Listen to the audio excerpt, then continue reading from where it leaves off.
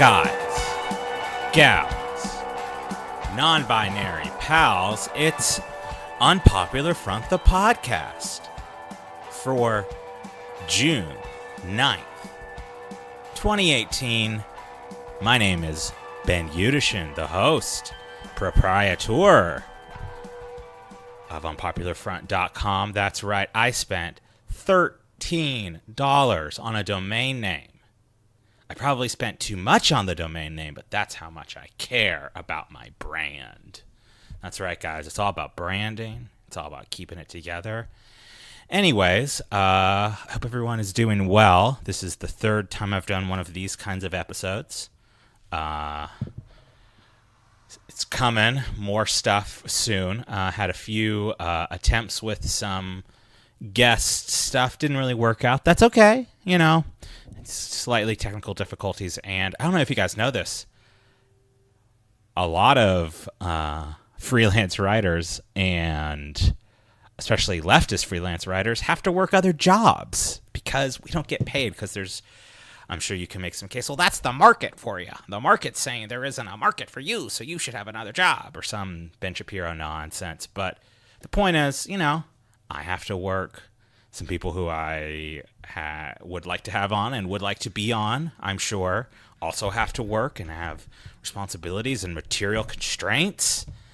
And we're going to talk a little bit about sort of how today the theme, I think, is sort of about the way that we have maybe some material constraints in some of our lives, and some of us don't, because of things like privilege and wealth and power, and how that kind of shows that maybe your gut instinct isn't always right.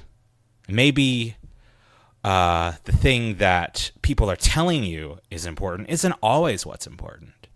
We're definitely going to get into that with the main topic, the thing that's really in my neck of the woods and is right up my alley. Because if there's anything I like to do, I like to criticize people who technically employ people that I love. So I'm going to have to dunk a little bit on Howard Schultz today.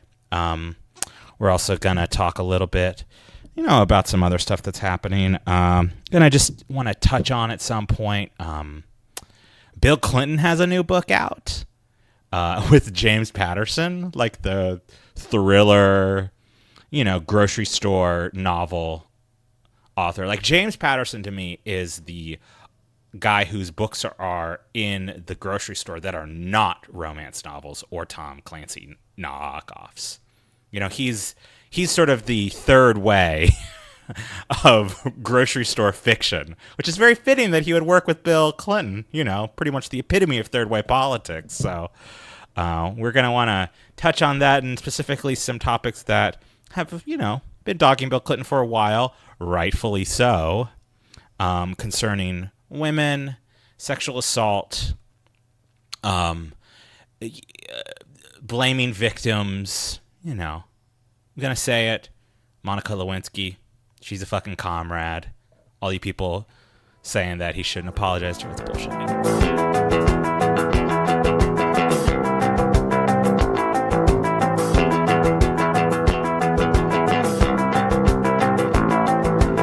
I'd like to start today talking about the big one. The big thing for me this week was this specter that is haunting liberal America. The specter of Howard Schultz. Woo. I'm kidding. He's like the least communist thing in the world. But it was announced and happened this week that Howard Schultz, the founder and CEO of Starbucks, has stepped down from Starbucks. Not because they solved racism a few weeks ago and they closed their store for 3 hours. You would think that they would have solved racism with that, but I guess it's still a problem. Just kidding, just being a jerk. But, you know, there's been this talk. It seems like the rise of the liberal plutocrat thinking, hey, if Trump can be president, why can't I? You know, there was talk earlier with another mega rich dude, Tom Steyer, who I believe made his money in finance, who's like a big, environmentalist, sort of environmental capitalism, green energy, green tax credits, and that kind of model of environmentalism. He was a big funder of candidates who supported those kinds of policies, and there was some talk, I feel like last year, about him wanting to get in and him running for political office, either as like the senator from California or who knows, president. And beyond the fact that, like, I feel like in general, most leftists would agree with this, and even a lot of liberals agree to this to an extent.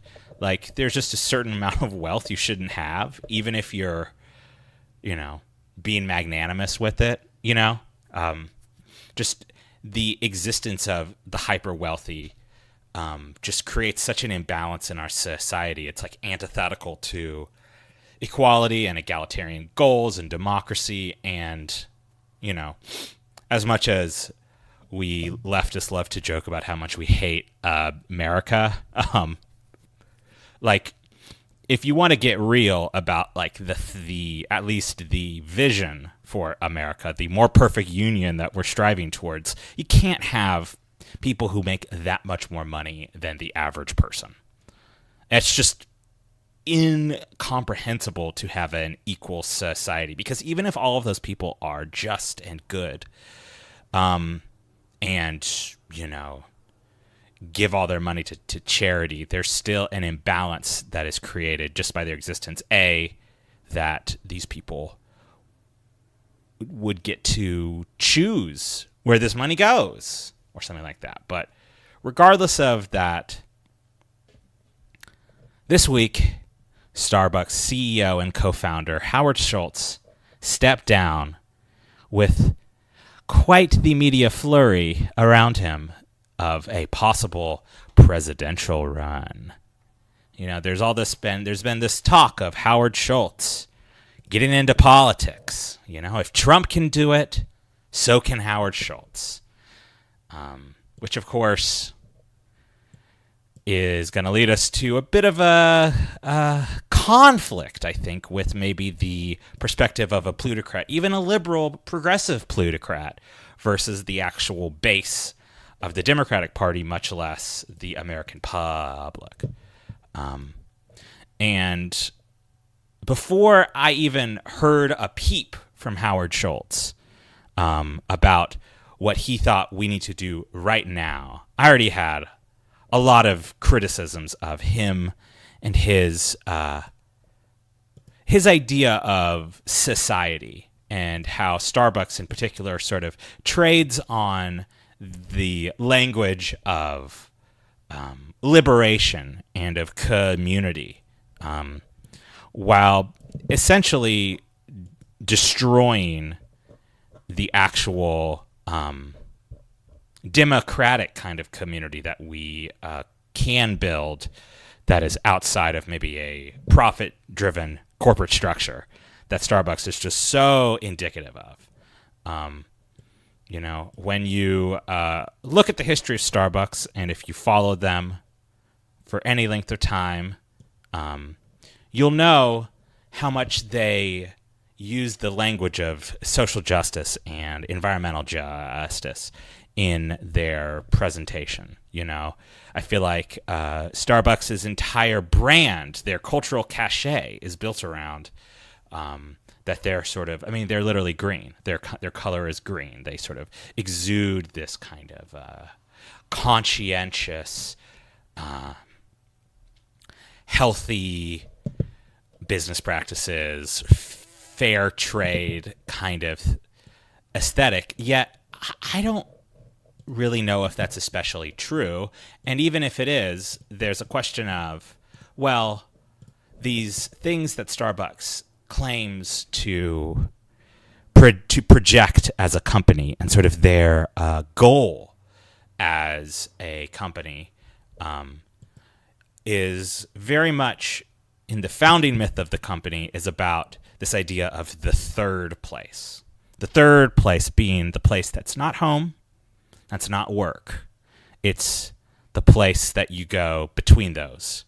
It's the place you go to meet with friends. It's the place you go to work on that special screenplay, or I don't know, write your leftist screeds on a work break like I did for 2 years every day, going to Starbucks all the time. Because it's, in a way, it's monopolized the market of not just coffee shops, but of that kind of third place. It's a brilliant marketing strategy, and it really shows a great sense of how to present yourself for your target audience. You know, like Starbucks wanted to get that growing yuppie consumer base. You know, I think of growing up in the 90s in Dallas, Texas. I remember when Starbucks came in and it just sort of just absorbed. There were just so many so quickly. And the, you know, obviously the places where it would show up the first would always be the places that were the most ritzy, the most, you know, upper, like the most bougie. Upper middle class, upper class kinds of places. Particularly for me, it was always like places in North Dallas, which was sort of the nicer, sort of the more north you went, the nicer it was. And I lived in South Dallas. But of course, because I had a bougie professional class family and I lived in a bougie professional class life, all we were doing was we were lamenting, when will the Starbucks come to us? Because that would let us be part of this sort of bougie yuppiedom that was expanding into sort of a new space. It's not just Whole Foods. It's now into these smaller sort of community, quote unquote, spaces, like a place like a Starbucks. So that was kind of, you know, from the start of their national and then eventual global expansion. That's sort of the audience that Starbucks was initially going to. You know, and it makes sense. I mean, that was a class of people that had a lot of money, had a lot of just liquid asset they could use to spend, you know, what was at the time an exorbitantly high cost for a coffee, you know. Having driven cross country multiple times, I must say, though, like the existence of Starbucks does definitely mean that there is basically at least like a 7 out of 10 coffee anywhere you are in the country, which is good. You know, that's an accomplishment, I guess. But let's be clear, though, like they're still a profit-seeking, really rent-seeking company looking to dominate the market of the sort of slightly upscale coffee shop and eventually just kind of absorb all of those kinds of spaces. And the presentation of Starbucks using the language of community and of justice and,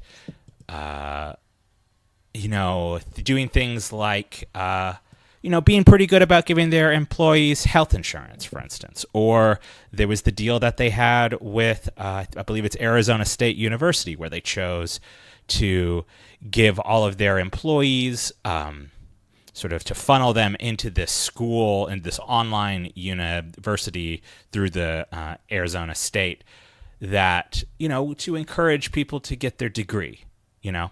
But there's a dark side of this too, and I find the example of their college program to be a really good place to kind of start with some of these challenges that we have with dealing with entities like Starbucks and like Howard Schultz as they present a political vision for the future, and maybe be like, oh, that's maybe a really good reason why we should not exactly take this person's word for it. And we should maybe not expect that just because this person is against Trump or this person, you know, has not the absolute worst labor record, that we shouldn't we should still be incredibly distrustful because of their place in society and their place with wealth. So the example with ASU and Starbucks really illustrated to me kind of how sort of this progressive capitalist model is still focused primarily on extracting as much labor value out of every barista it can. And if you think about it, most major cities have a relatively robust community college program, especially in a place like Seattle, where Starbucks is based. To me, it seems like doing something that maybe puts money into something like the community college system and maybe encourage your workers, if they would like to get an education, to maybe go to a place where they will be around people of many different backgrounds, operating face to face. And also that the community inherently has more control over as a voter and a citizen in whatever city and state you're in, versus getting all funneled into a system that is built for quote unquote flexibility, which is a positive with a lot of online universities, but it's a positive in a lot of ways because of the fact that we all have to work, because of the fact that we need to keep a quote unquote flexible schedule so we can work more often and be able to fill in shifts, because the most important thing for something like Starbucks is not the individual worker's ability to uplift themselves and to connect with people in their community and to build class power. Because, of course, I mean, it's preposterous to say that, because it's a gigantic company. It's a gigantic privately traded company. So I'm not saying Starbucks is lying to you by them being capitalist. I'm saying they're telling you straight up they're capitalist, and this is why they're choosing these certain things, So instead of helping their workers connect with their community and build power with their community, they're funneling them to a very specific program, which will give power to a centralized online program versus giving their workers the freedom to maybe choose the kind of education that they would want and the kinds of opportunities that can be given if you just handled that by, maybe on a case-by-case basis or something like that. Again, because that would get in the way of the profit motive. So, this week there were a few interviews in particular with Howard Schultz that really highlighted not just how he is maybe a particularly poorly skilled politician or someone that maybe needs a little bit more media training, but honestly as someone that just shows his, the disconnection that he has from your average person and especially your average Democratic voter.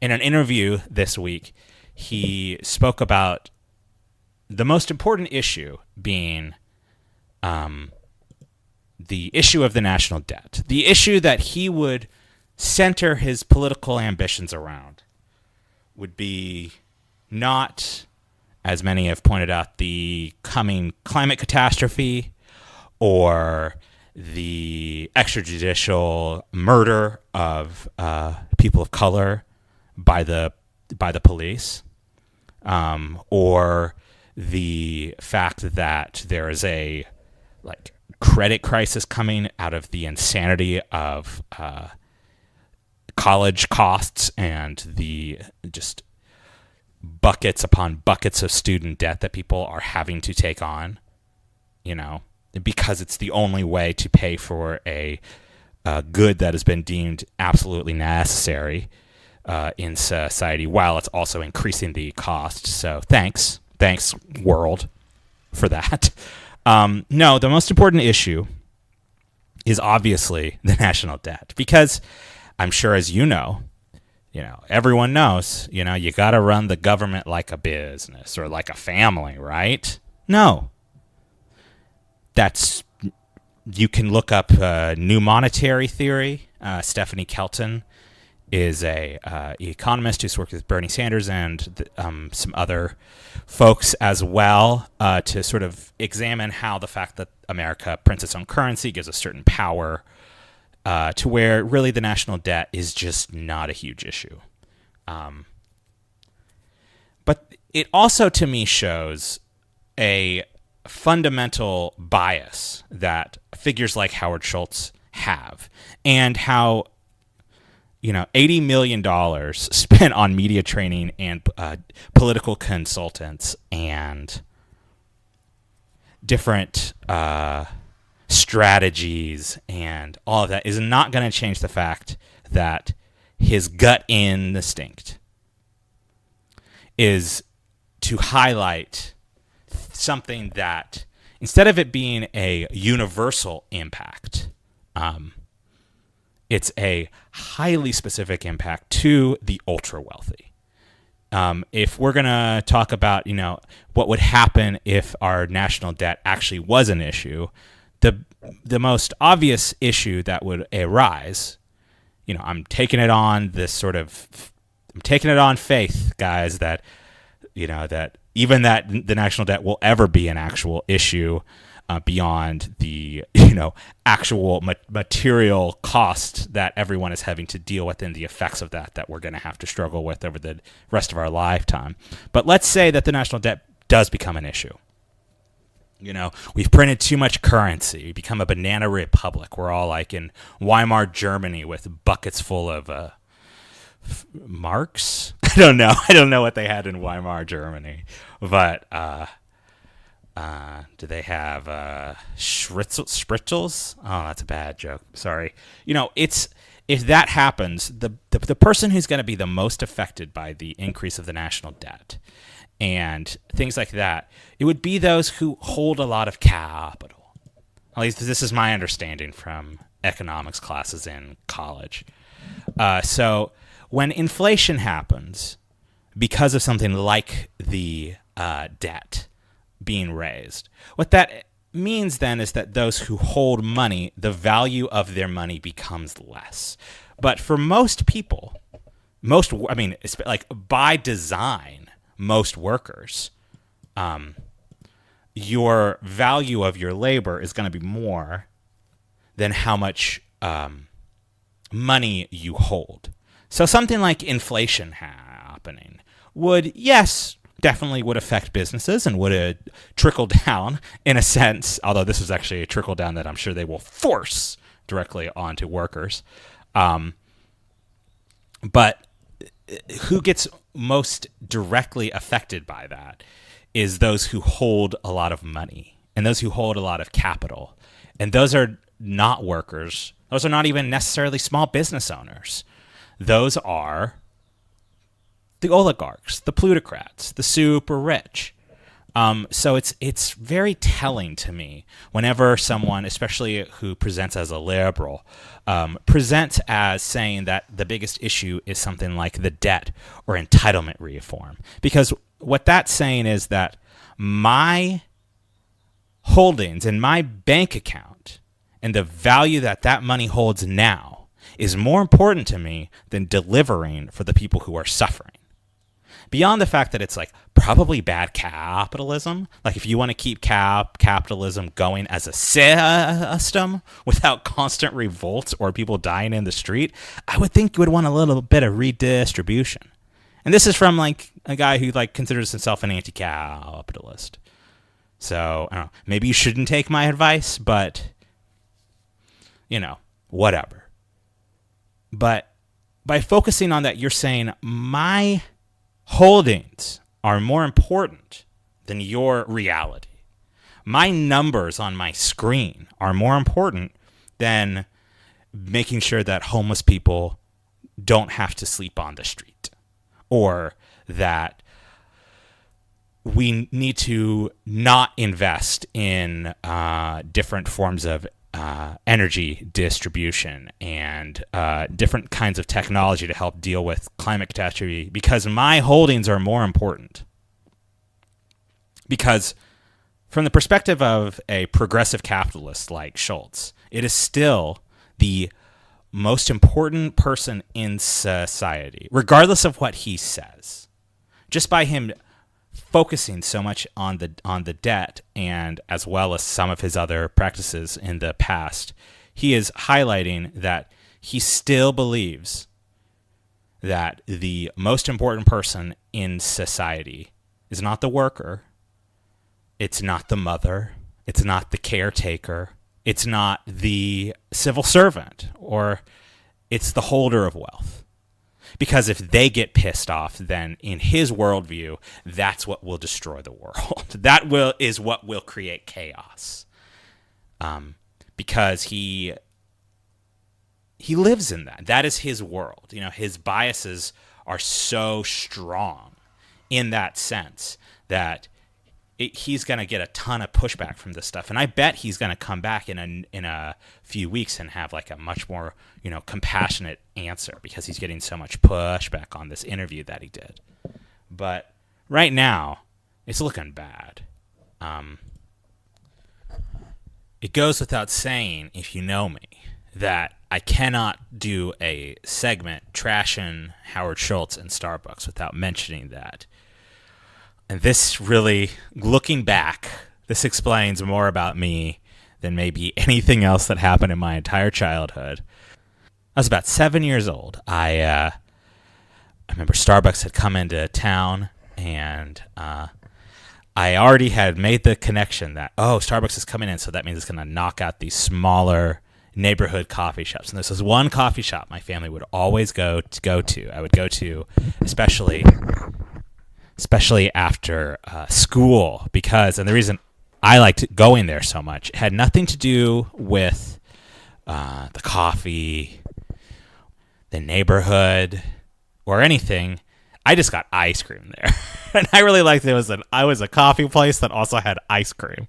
So I think I had made the connection that someone said, oh my God, Starbucks is coming in. They're going to get rid of all these coffee shops, and it is true that this coffee shop closed.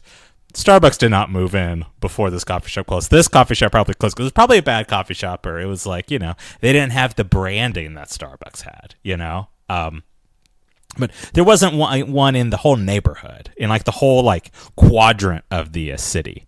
But, I made the connection. I was like, oh man, Starbucks is going to come in. They're going to get rid of my favorite coffee shop, the place where I can get cookies and cream ice cream.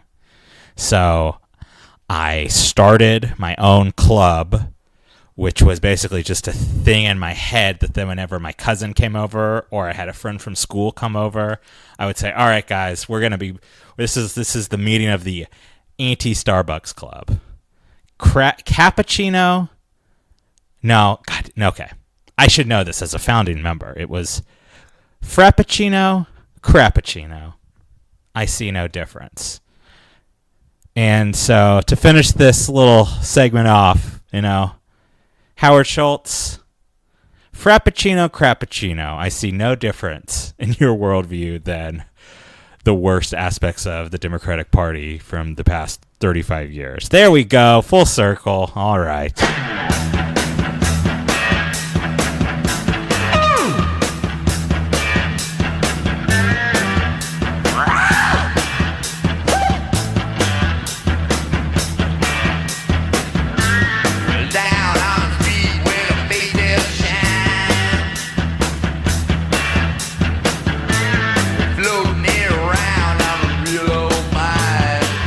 Sad news this week.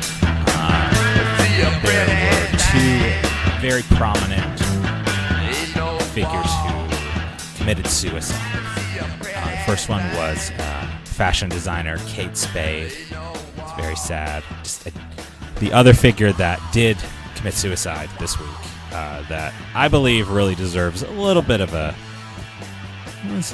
tribute to, is chef, raconteur, and general media cool guy Anthony Bourdain. Anthony Bourdain is a figure I had heard about for years, and I just feel like I was just too young to read Kitchen Confidential. I don't think I knew what heroin was at the time. But I really got to know him through his TV show, and especially his travel shows and his own sort of special brand of gonzo boomer lifestyle. But there was so much heart to his experience and to his shows and everything he did. There was a tweet that was going around that spoke about something that I really responded to with a figure like Bourdain. And, there are other figures who I think it could exhibit this, but really Bourdain was the absolute king of this kind of gentle, kind masculinity. Eat your heart out, Jordan Peterson. With all this talk about, the crisis among boys and, white guys being afraid of being called toxic, having toxic masculinity. And also the over-obsession, I think, with some on vilifying a certain kind of masculinity and maybe throwing the baby out with the bathwater and maybe not being very strategic or systemic in their thinking. In the context of all of that, Anthony Bourdain really, to me, really showed a kind of kindness and a kind of love of the process and of the culture and sort of what the culture means, like what the culture is made up of and how much it's made up of the hard work of workers and the families that help create and reproduce those workers. And how, in many ways, I'm going to sound cheesy as hell, but like some of the times the best and most masculine thing you can do is just show appreciation and love, and show a humanity, but also not be afraid to be, kind of a dipshit and kind of a, knucklehead and make his, his weird, Iggy Pop fantasies, and I made fun of that some of the times, and I was like, oh, it's kind of corny, but it's corny with like a big scoop of love, and that's got to count for something, the way that he in his shows really was able to thread the needle between the sort of Orientalist view that just is just implicit in so much media and just U.S. coverage and thought about the non-Western world, and how I very rarely felt like he was exploiting the people that was there, and he was like making them look bad. I feel like every time he talked to a restaurant owner or just a person from the city, or would just sort of show the life of what it's like in certain places, there was always the sense of love and of the commonality of humanity. So it's really sad to have someone like that, someone who I know is a figure who, for a lot of people who dealt with drug addiction and mental illness, is a figure who really went somewhere low and then became really honest about it, and then sort of took that honesty and sort of helped manifest that outside of himself. And it's really sad. But by far the best thing that we've learned about that I've learned, and I know it's definitely gone around ever since he passed away, was just the absolute disdain and hatred he felt for Henry Kissinger, who is probably one of the worst people who never actually got justice in any way. Let me read a quote from Anthony Bourdain of Henry Kissinger.